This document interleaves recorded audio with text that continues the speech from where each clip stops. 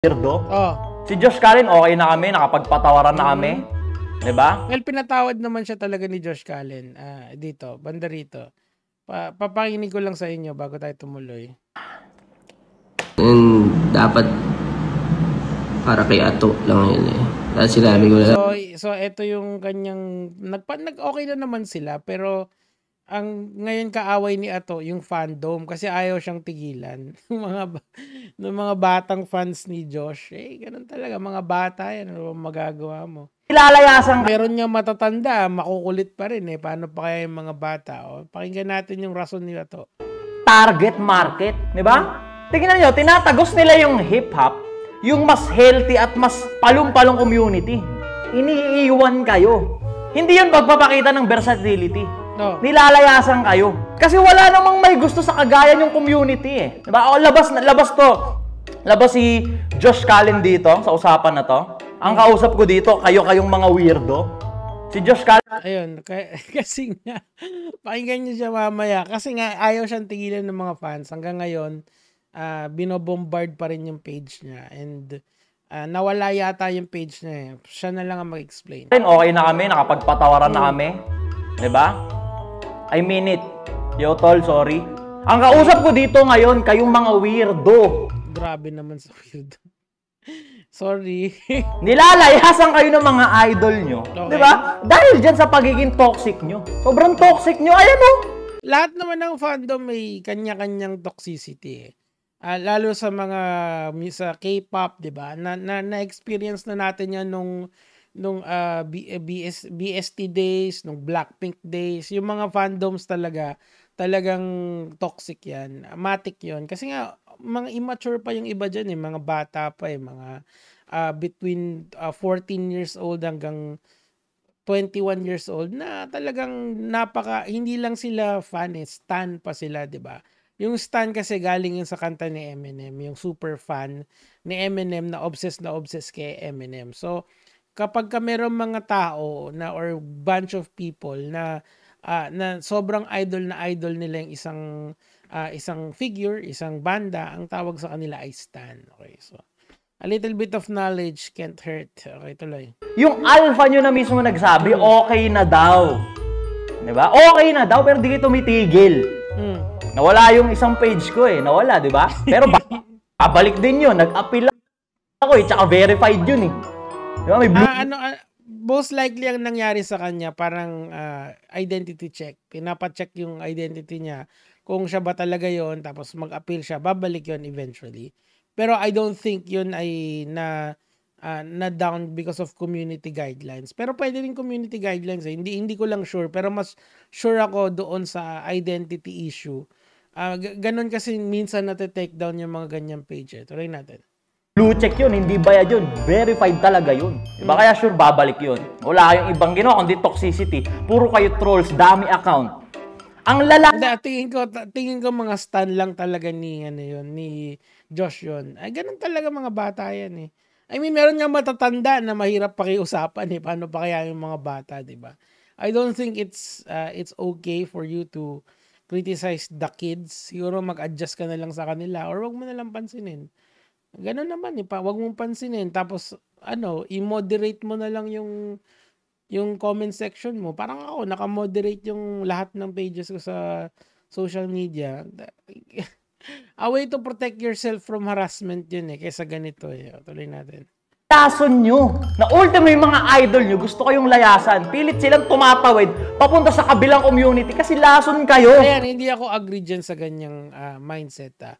So, ganito kasi yung isang artista. Kunyari, yung SB19, di ba? SB19 kasi is, ang genre nila is pop, di ba? Pero yung iba't ibang mga artist nila, meron silang parang niche na pwede nilang pasukan or ibang genre na pwede nilang pasukan sa SB dito sa after this boy band group, 'di ba? Kumbaga, meron pa silang mas may offer. I think bas gusto nilang lumawak yung market nila, and yung market nila sa SB19 na na-build nila, dala-dala nila yun eh. Parang sa vlogging, ako aaminin ko sa inyo ito ang pinanood nyo sa akin ay debunks, di ba? Now, pag nag-venture out ako halimbawa sa politika or sa science or sa kung ano man yung gusto kong pasukan na kultura, may chance na sumama kayo sa akin. Ganon din yung mentality ng SB19 ngayon. Kaya sila nasa solo era nila. Ang gagaling nga ng mga fans ng SB19 kasi binabasa ko yung mga fans na hindi toxic. Kasi meron naman talaga mga toxic na tao sa comment section. Wala kang magagawa dun. I-moderate mo na lang.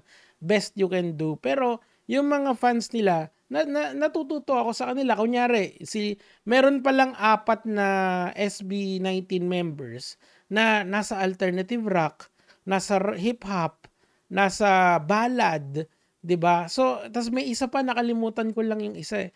Pero etong 4 na to is a very very different genre from SB19. 'Di ba? Hindi sila parang sila Beyonce, 'di ba sila Beyonce no na nag-break up sila. Essentially, ganun pa rin yung genre nila. Eto hindi, iba-iba sila. O hip-hop si Josh, tas yung isa alternative rock. Pinanood ko may kabayong umaapoy. Asti kaya yun. 'Di ba? Sabi ko, ang ganda ng presentation. It's not bad at all. As someone na nakikinig ng alternative rock, it's not half bad at all. Para siyang sino to? Si MK, si Machine Gun Kelly, ganun yung dating niya. Okay lang sa akin. Kasi nga, ang mahirap kasi dyan, nag-gatekeep tayo. Actually, na-call out pa nga ako dito, semi lang naman. Kasi nga, yung mga content creator na nag-white knight, hindi kami nagwa-white knight, ina-explain namin na maging inclusive ka. Inclusivity is the new meta ngayon. Kunyari, gustong mag-try nitong tao na to ng hip-hop. Oh, wala namang masama dyan eh. Di ba nga sabi ni Francis M., sa mundo ng hip-hop, malawak ang mundo ng hip-hop, lahat tayo ay kasya. Miski ako, kalaki-laki ko, kasya ako dyan. Kasama ko pa si Crazy Mix, tsaka sino ba malaki? Nakalimutan ko na sa hip-hop eh. Si Boss Den, tuloy. Hindi kayo yung ideal community. Sino-sino ba kayo? Kung hindi neneng-nene, gurang na... Ito, nakakatawa to. Gago talaga to si Hato. Credit sa kanya. Ang ganda ng jokes niya dito. Ito. Nanay na may 2 hanggang 3 anak. Grabe naman yung mga obsessed sa Koreano. O kaya, hopeless romantic na tsahin na inuuto ng mga unsinong tambay lang tas hindi na talaga nagkaroon ng karelasyon. O kaya, gay na basta may kulay buhok. Puro kayo weirdo na hopeless romantic na namantasa na lang ng mga Koreano. Hindi naman, baka gusto talaga nila yung hindi mo ba na-realize baka gusto talaga nila yung si Josh. Baka yun lang talaga, baka gusto nila yung music. It's not about gwapo baka appealing sa kanila yun, di ba? Mas may mas may plus sa kanila. Sabi nga nila kung mas gumwapo pa si Junella, mas lalawak yung fandom nun nila. Wala naman pakilamanan doon. Naman di ba nga yun yung naging point nung away nyo ni Josh? Maging inclusive tayo. Yun yung lesson dapat na natutunan natin. Maging inclusive tayo. Ako, din ako dyan guilty rin ako dyan and I wanna apologize kay sino to? Si King Prom D. Kasi si King Prom D naman talented naman talaga na anong tawag doon? Na producer si King Prom D. Kaso yung mumble rap kasi hindi pa siya na-accept ng